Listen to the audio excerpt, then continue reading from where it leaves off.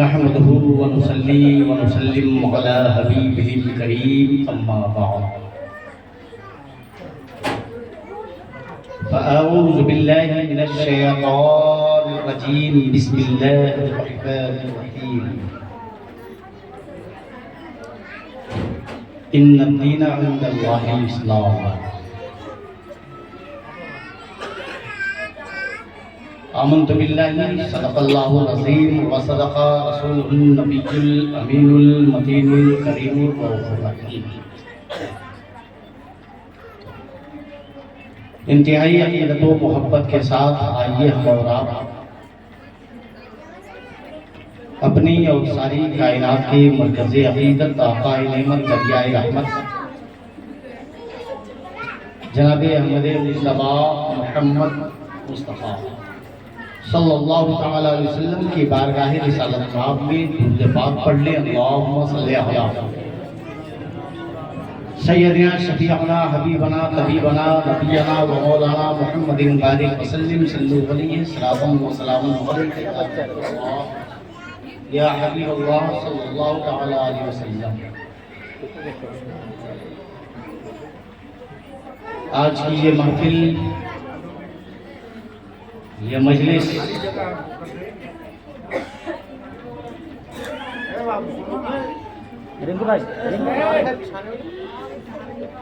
سالانہ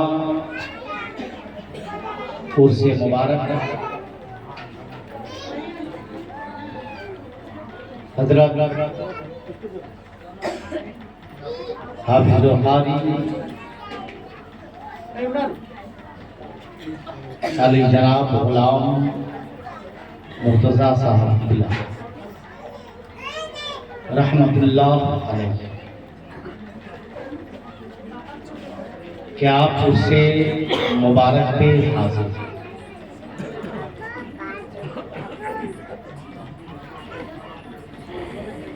بزرگان دین اور اسلاف کا یہ طریقہ رہا ہے کہ جب ہمارے درمیان سے کوئی اللہ کا ولی، اللہ کا دوست، اللہ کا نیک رختے سفر باندھ لیتا ہے تو ہم ان کے نام پہ سالانہ ایصال ثواب کا اہتمام کرتے ہیں۔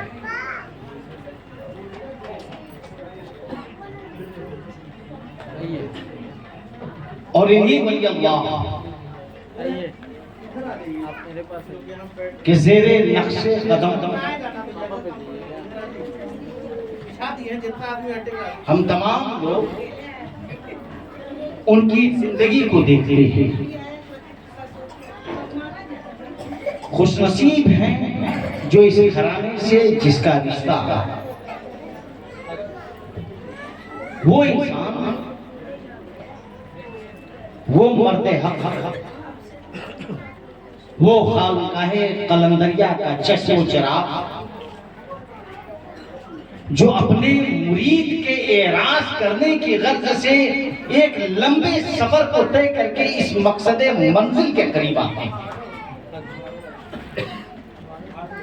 وہ صاحب سجادہ بھی ہے، سجادہ نشین بھی ہے۔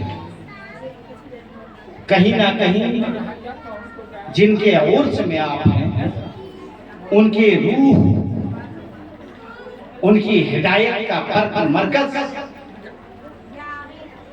ان کو اس راستے میں داخل کرنے کی طاقت و حیثیت رکھنے والی جس پیر کامل کی آپ زیارت کر رہے ہیں،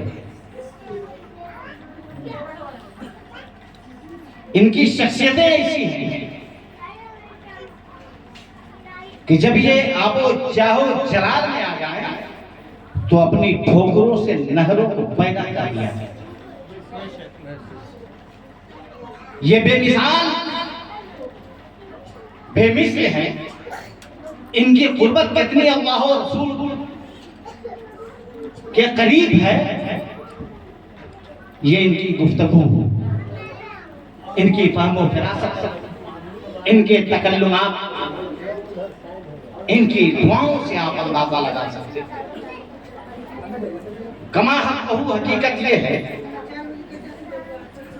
کہ صاحب مزار کے قریب آنا ان کے استاد یعنی کہ ان کے پیر کامل کو بعید مانا بالکل واضح ہے کہ جتنا کامل مرشد اعظم ہے اتنا ہی کامل ان کا مرید حق ہے.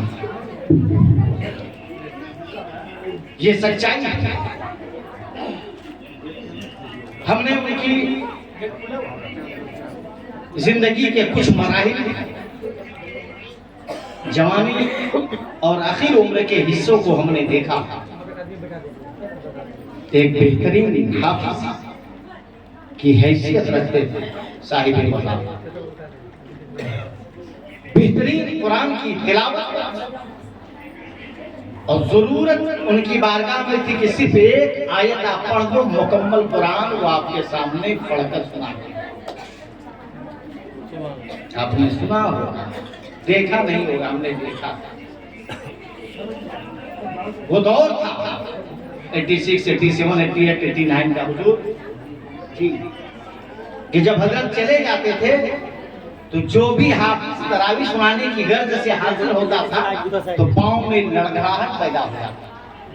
کتنے دقاق حافظ ہم نے اس دور میں کسی حافظ کو نہیں، اور اتنے ہی دقاق صاحب مزار نے اپنے مرشد کامل کو تلاش کیا، اور ایسا مرشد کہ جو حیات میں بھی آپ کے دربار میں تشریف لایا کرتے تھے، بعدہ حیات ظاہری کے بعد بھی آج اس پروگرام کی سرپرستی کر رہے ہیں. ہم سبوں کی خوش نصیبی اور خوش نصیبی کی دلیل ہے.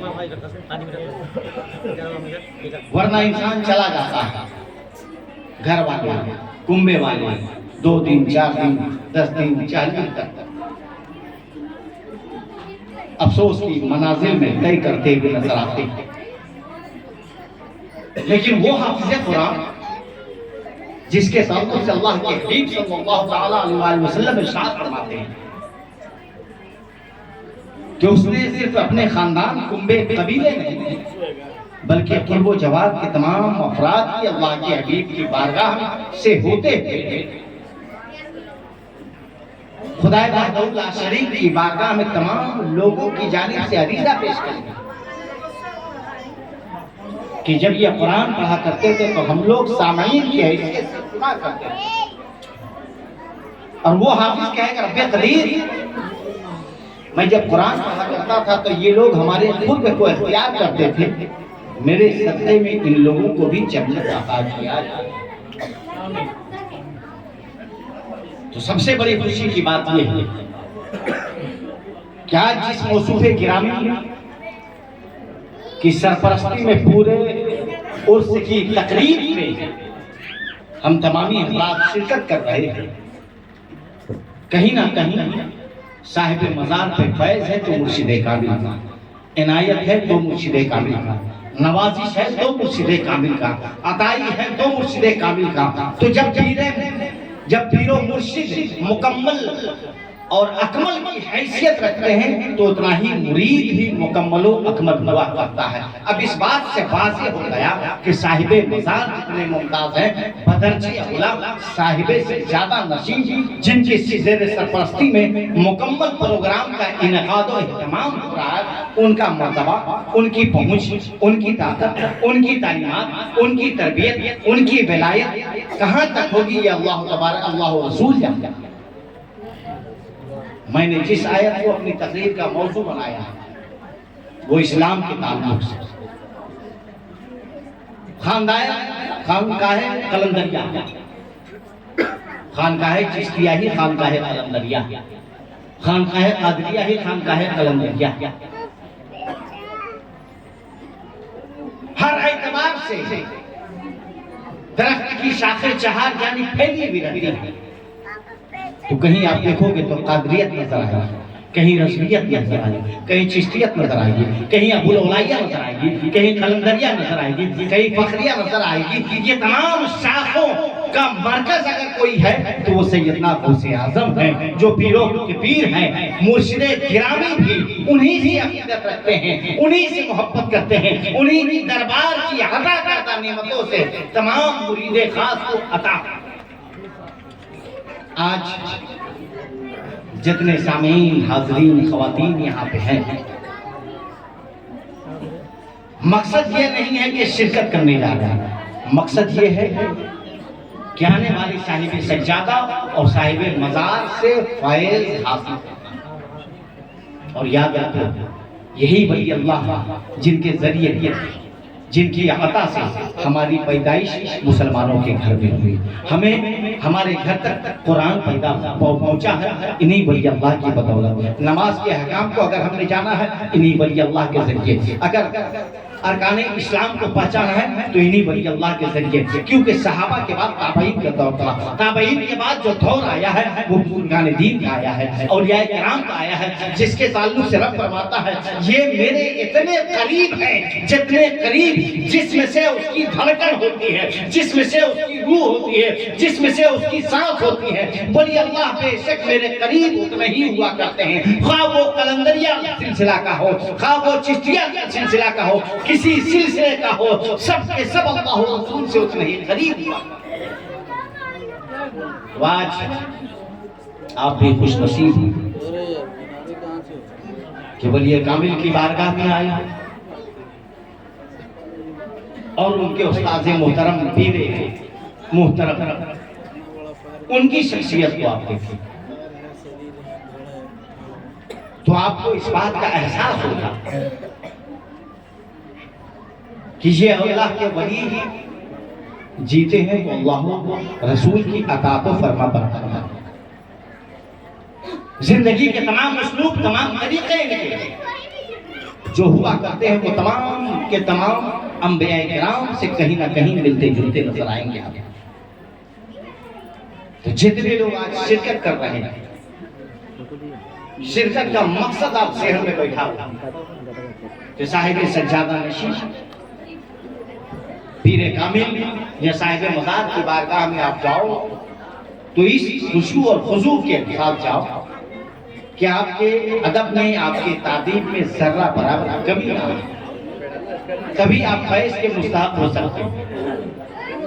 ہمارے بزرگان دین کا وہ دربار ہے، سرکار سیدنا سید جہانگیر اشرف مخدوم کچھوچ جس کو پوری کائنات جانتی ہے، جب افغانستان کی سرزمین سے چلتے ہوئے سمنا کے قریب سے جب سرزمین ہندوستان پہ آپ تشریف لائے تو آپ نے اس علاقے کو پسند کیا جہاں پہ غیر مسلموں کی ایک جمع غفیر تعداد، جہاں پہ علم کی شمع روشن نہیں تھی۔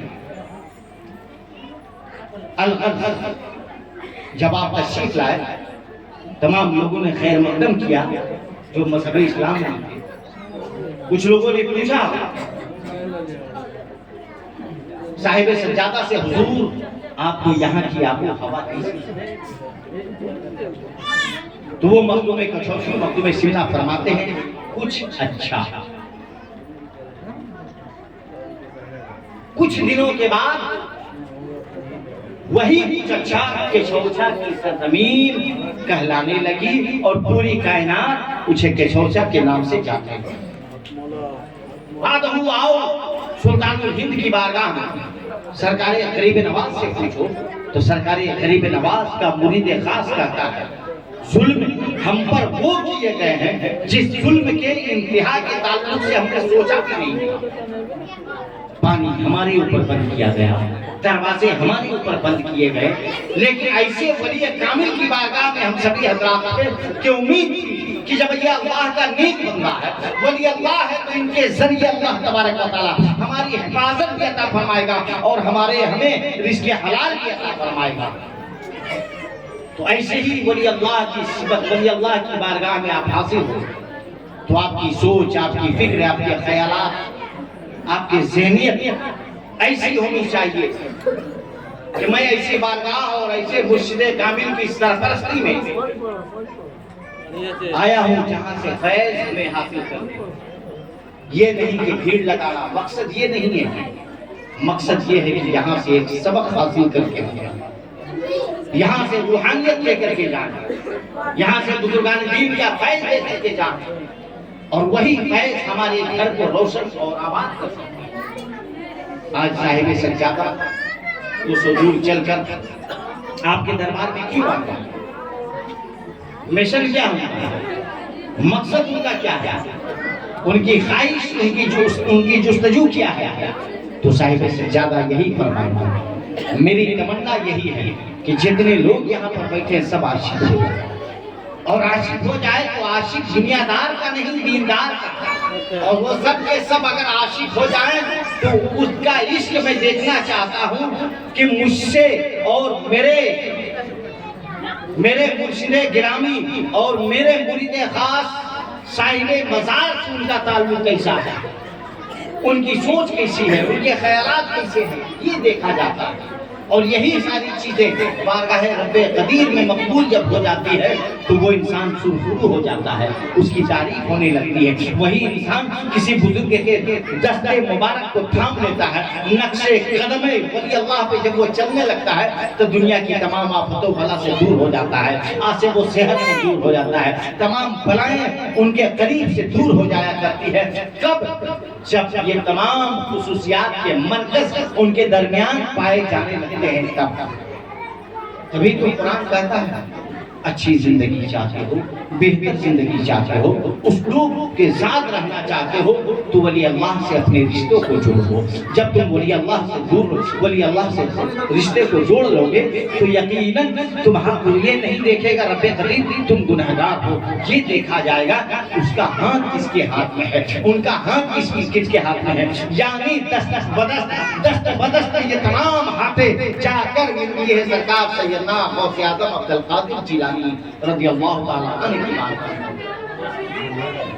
جتنی بھی سلسلے ہیں تمام کی کڑیاں بزرگان دین کی، جتنے بھی بزرگان نظام ہیں کسی بھی سلسلے سے واقع ہیں، ان کا مشن، ان کا مقصد یہی ہے کہ اللہ کی وحدانیت کا اعلان کرو، نبی کی رسالت کا اعلان کرو، نبی کی نبوت کا اعلان کرو، اللہ تبارک و تعالیٰ کے ایک ہونے کا اعلان کرو. جب تم اللہ تبارک و تعالیٰ کی دی ہوئی امانتوں کا اقرار کرو گے، اللہ کے حبیب کی عطا کردہ تمام حدیثوں کو عوام الناس میں جب تم بھیجو گے تو لوگ جھوک مذہب اسلام میں داخل ہوتے ہوئے نظر آئیں گے. یہی تو طریقہ بزرگان دین کا تھا، یہی طریقہ سرکار سیدنا جہانگیر اشرف مخدوم کچھوچوی کا تھا، یہی طریقہ خانقاہ قلندریہ کے تمام بزرگان دین کا ہے، اور یہی طریقہ خانقاہ چشتیہ کے تمام بزرگان دین کا. بزرگوں سے نسبت رکھو، تمہاری زندگی کامیاب ہو. بزرگوں کے ہاتھوں میں اپنا ہاتھ دے دو، تم کامیاب ہو. اور اس وقت تک تم کامیاب نہیں ہو سکتے ہو جب تک تمہارا تعلق کسی بھی پیر کامل سے نہ ہو جائے. آج صاحب سجادہ کی موجودگی اس بات کی جانب اشارہ کر رہی ہے کہ میں آپ تمام لوگوں کے دربار محبت میں دولت کی خواہش لے کر نہیں آیا، حسن و جمال کی خواہش لے کر نہیں آیا، بلکہ میں آپ کی تربیت، آپ کی تعلیمات کو دیکھنے آیا ہوں، اور یہ دیکھنا چاہ رہا ہوں کہ آپ کے درمیان بزرگوں کی محبت ہے یا نہیں، بزرگوں سے آپ کا رشتہ ہے یا نہیں. سرکار سیدنا خواجہ معین الدین غریب نواز رضی اللہ تعالی عنہ، جن کی بے انتہا کراماتیں آپ آئے دن سنا کرتے ہیں، وہ سرکار غریب نواز جن کے دربار میں تمام سلاسل کے بزرگان دین حاضر رہا کرتے ہیں. غریب نواز فرماتے ہیں، اے میرے مریدو، اے میرے چاہنے والوں، ہندوستان کے کونوں کونوں سے میری خواہش ہے کہ اللہ اکبر کی صدائیں بلند ہوں. سبحان اللہ. اب اس مرشد کامل نے اپنے تمام شاگردوں کو، اپنے تمام مریدوں کو چپے چپے پہ پھیلایا. وہ جتنے پھول تھے مہکنے لگے اور تمام پھول تمام شہروں میں گردش کرنے لگے. انہی پھولوں میں سے جب کلی پھوٹ کر نکلی تو ایک کلی جس کا نام خانقاہ قلندریہ رکھا گیا. وہ گلی جس خانقاہ کا نام خانقاہ چشتیہ رکھا گیا، خانقاہ قادریہ رکھا گیا، خانقاہ ابوالعالیہ رکھا گیا، خانقاہ نقشبندیہ رکھا گیا. اسی طرح سے بزرگان دین نے تمام ہندوستان کے ضلعوں پہ، صوبوں پہ حکومت جب کرنا شروع کر دیا، تمام لوگوں تک مذہب اسلام پہنچنا شروع ہو گیا. جہاں پہ مسلم کی تعداد نہیں تھی وہاں مسلم نظر آنے لگے. کئی سے لوگ مذہب اسلام میں داخل ہوئے. وہ بزرگان دین فرماتے ہیں پہلے ہم تمام لوگ جاتے اور اپنے احساسات کو ان کے احساسات پر رکھتے، ان کے ڈھالے ہوئے سوچ و فکر پر میں اپنے خیالات کو رکھتا، ان کے قریب جاتا، ان کے رجحانات کو دیکھتا تو وہ یہی کہتا کہ اے بزرگ، اے فقیر، اے درویش، میں تو یہی جانتا تھا جس بت کو ہم نے بنایا ہے وہی میرا خدا ہے، اسی کی پرستش کرنی ہے. بزرگان دین فرماتے ہیں خبردار خبردار، تو نے اسے بنایا ہے. جب تم نے اسے بنایا ہے تو پھر تم کیسے کہہ سکتے ہو خدا ایک ہے، جبکہ اللہ تبارک و تعالیٰ ایک ہے جس کا کوئی جسم نہیں ہے، جس کا کوئی سایہ نہیں ہے، جس کا کوئی ثانی نہیں ہے. اور یہی پیغام تو ہم تمام لوگ تمہارے قریب دینے آئے ہیں. آپ کی پرستش کر رہے ہو، کیوں پرستش کر رہے ہو؟ غریب نواز نے پوچھا چند لوگوں سے، اے لوگوں کتنے دنوں سے پرستش کر رہے ہو؟ کہا 40 سال سے. کہا یہ اس کے اندر خوبی کیا ہے؟ کہا یہ میرا خدا ہے. کہا تمہارا خدا ہے تو تمہیں جلائے گی نہیں؟ کہا یہ آگ ہے جلا دے گی. اے بزرگ، اے درویشی، آپ کو بھی جلا دے گی، مجھے بھی جلا دے گی. غریب نواز فرماتے ہیں گھبرا مت بیٹے، تم دیکھنا چاہتے ہو میرا تعلق جس گھرانے سے ہے وہ سیدی بھی ہے، وہ حسنی بھی ہے اور وہ حسینی بھی ہے. تمہیں میری طاقت کا اندازہ نہیں ہے. تمہاری خدا میں، تمہارے اس خدا میں اتنی طاقت نہیں ہے جو میرے ہاتھ کو میرے دست کو چلا دے. اور چھوڑو اتنی بات، تم دیکھنا چاہتے ہو اپنا نالین نکالتے ہیں، اپنا جوتا نکالتے ہیں اور نکالنے کے بعد بھڑکتی ہوئی آگ میں بھڑک رہی تھی وہ آگ کے شعلوں میں ڈال دیا. کہا تمہارے خدا میں اتنی طاقت نہیں ہے جو اسے جلا دے. جب آگ ٹھنڈ ہو گئی حکم دیا، جوتے کو نکالا. کہا اے مجوسیوں دیکھو تمہارے خدا میں اتنی طاقت نہیں ہے جو میرے جوتے کو جلا دے. جب تمہارا خدا میرے جوتے کو نہیں جلا سکتا ہے وہ میرے ہاتھ کو کیسے جلائے گا؟ پتہ کیا چلا؟ یہی ولی اللہ ہے جن کے ذریعے ہم تمام لوگوں تک قرآن پہنچا ہے، قرآن کی تعلیمات پہنچی ہے، قرآن کی تفسیر پہنچی ہے، قرآن کا ترجمہ پہنچا ہے، قرآن کے اسلوب پہنچے ہیں، قرآن کی حکمت پہنچی ہے، قرآن کے تمام احکامات ہم تمام لوگوں تک پہنچے ہیں تو انہی بزرگان دین کے ذریعے پہنچا ہے. اس لیے بزرگان دین سے رشتہ بنا لو، تم یہاں بھی کامیاب رہو گے، وہاں بھی کامیاب رہو گے. یہی بزرگان دین ہے جنہوں نے آپ کے شعلوں پر چڑھ کر کے مذہب اسلام کی آبیاری کی ہے. انہی کے گھرانے سے رہنے والے خانقاہ قلندریہ کا وہ مرد مجاہد جنہوں نے اپنی پوری زندگی میں کما حقہ قرآن کی ترویج و اشاعت کے لیے اپنی زندگی کو وقف کر دیا ہو، اسے ہی تو آپ مقتضا کرتے ہیں، اسے ہی تو کہتے ہیں مرید پر حق کرتے ہیں. تبھی تو آج مرشد کامل کی آمد میں اس بات کو وجود میں لا دیا ہے کہ ہم تمام لوگ جس کے اعراض میں آئے ہیں وہ اور انسانوں کی طرح انسان نہیں تھے، اور لوگوں کی طرح ان کی سوچ نہیں تھی، اور لوگوں کی طرح ان کے فکر، ان کے خیالات نہیں تھے، بلکہ جو اللہ کے قریب ہوتا ہے ان کی سوچ الگ ہوتی ہے، ان کے خیال الگ ہوتے ہیں، ان کے تعلیمات الگ ہوتے ہیں، ان کی فکر الگ ہوا کرتی ہیں جو تمام انسانوں تک پہنچ نہیں سکتی ہے. مقصد یہ ہے کہ تم ولی اللہ کے قریب ہو جاؤ، بزرگان دین کے قریب ہو جاؤ. جب تم بزرگان دین کے قریب ہو جاؤ گے تو تم ان کے فیض سے مالا مال ہو جاؤ گے، تم ان کے تمام کرامتوں سے مالا مال ہو جاؤ گے.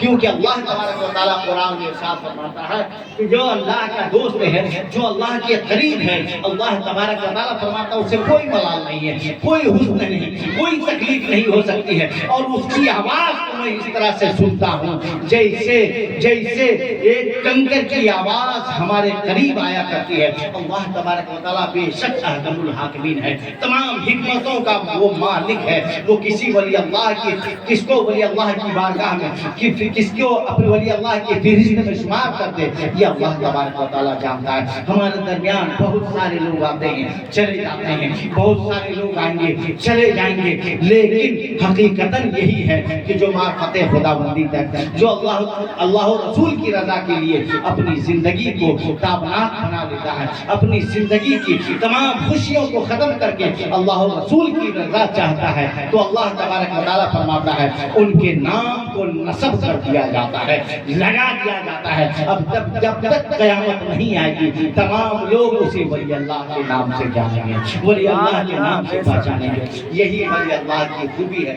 بتانا مقصود یہ ہے کہ ہم تمام لوگوں کا یہاں پہ آنا، اکٹھا ہونا کہیں نہ کہیں بزرگان دین سے فیض حاصل کرنے کے برابر ہے، اور یہ الگ کچھ بھی نہیں ہے۔ جس طرح تمام خانقاہ والے ہمیں دعوت فکر دیتے ہیں، دعوت دین دیتے ہیں، دعوت اسلام دیتے ہیں، بس اسی طریقے سے یہاں سے بھی دعوت اسلام کا پرچار ہو رہا ہے۔ دعوت اسلام ہم تمام لوگوں تک پہنچانے کی خواہش ہو رہی ہے۔ تہذیب کی تعلیم یہاں سے دی جا رہی ہے، اپنے بچوں کو اچھی سے اچھی تعلیم دی جائے، اپنے بچوں کو تمام گناہوں سے دور رکھی جائے، اپنے بچوں کو اعلیٰ تعلیم دی جائے، اپنے خواتین کو پردے کا حکم دیا جائے، خواتین کو جو شریعت مطہرہ نے اجازت دی ہے جس مقام تک رہنے کی اس مقام تک رکھا جائے۔ یہی پیغام اس خانقاہ سے بھی دیا جا رہا ہے جو تمام خانقاہوں سے دیا جاتا ہے۔ میں لائے مبارکباد ہم سبھی احباب ہیں کہ آنے والے پیر کامل جو صاحب مزار کے اعراض میں مکمل طور پر تمام انتظامات کی سرپرستی کرتے ہیں، اور ان کے جتنے انتظامیہ ہیں تمام لوگوں کا میں تہہ دل سے شکر ادا کرتا ہوں کہ تمام انتظامیہ نے اتنا اچھا اتنا خوبصورت انتظام کیا ہے۔ اللہ تبارک و تعالیٰ تمام لوگوں کی نیک نیتی کو اپنی بارگاہ میں قبول و مقبول عطا فرمائے۔ صاحب سجادہ کی موجودگی میں گفتگو کرنا یہ لوہے کے چنے کے برابر ہے، لیکن کافی کوشش کے باوجود میں نے گفتگو کی ہے، جانے انجانے میں کوئی چھوٹی بڑی خطائیں ہو گئی ہے تو اسے اللہ تبارک و تعالیٰ معاف کریں۔ پڑھ لیجیے کلمہ طیبہ لا الہ الا اللہ محمد رسول اللہ صلی اللہ تعالیٰ علیہ وآلہ وسلم۔ استغفر اللہ ربی من کل ذنب واتوب الیہ وما علینا الا البلاغ المبین۔